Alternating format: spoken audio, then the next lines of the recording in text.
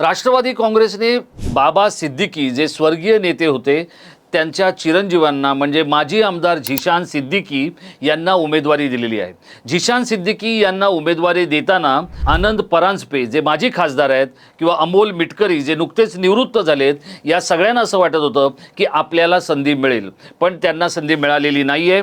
काल ज्या वेळेला मला स्वतः आनंद परांजपे भेटले त्यावेळेला ते असं म्हणत होते की आमच्या पक्षात शेवटपर्यंत मंथन सुरू आहे, पण हे काही जरी असलं तरी पक्षाने झिशान सिद्दीकी यांना उमेदवारी देऊन एक मुस्लिम उमेदवार दिलेला आहे, एक तरुण उमेदवार दिलेला आहे आणि जो गड बांद्र्याचा गड राष्ट्रवादीने गमावला, जिथे वरुण सरदेसाई निवडून आले, त्या वरुण सरदेसाईंच्या मतदारसंघामध्ये आणि त्या आसपासच्या परिसरामध्ये आपला एक आमदार असावा यासाठी झिशान सिद्दीकी यांना ही उमेदवारी देण्यात आलेली आहे।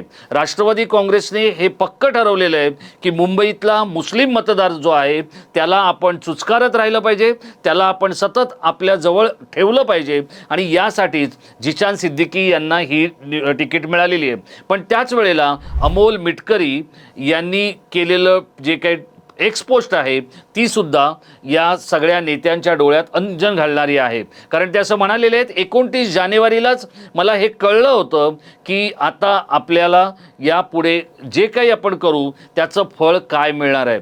झिशान सिद्दीकी यांना आमदारकी मिळाल्यानंतर अमोल मिटकरी हे नाराज आहेत आणि त्यांनी हे बोलून दाखवलं आहे की मला साधा फोनसुद्धा आलेला नाही आहे। आपण संक्षिप्त स्वरूपात अमोल मिटकरी काय म्हणतायत ते बघूया। आणि अजितदादा असते आज हयात असते तर त्यांनी एवढं तरी म्हटलं असतं की ठीक आहे तुम्हाला यावेळेस आम्ही म्हणजे फोन तरी केला असता। त्यांनी त्यानंतर अजितदादा पवार जे स्वर्गीय त्यांचे नेते होते, त्यांचे सर्वेसर्वा होते, त्यांच्या समाधीचं किंवा त्यांच्या त्या स्मृतीस्थळाचं दर्शन घेतलंय आणि पक्षावर मात्र आगपाखड केली आहे। आता अमोल मिटकरी यांना पक्षावर ही आगपाखड करण्याची किंमत येणाऱ्या काळात कशी आणि किती चुकवायला लागते हा सुद्धा राष्ट्रवादीच्या कार्यकर्त्यांना, पदाधिकाऱ्यांना आणि नेत्यांना एक नवा अभ्यासाचा विषय मिळालेला आहे।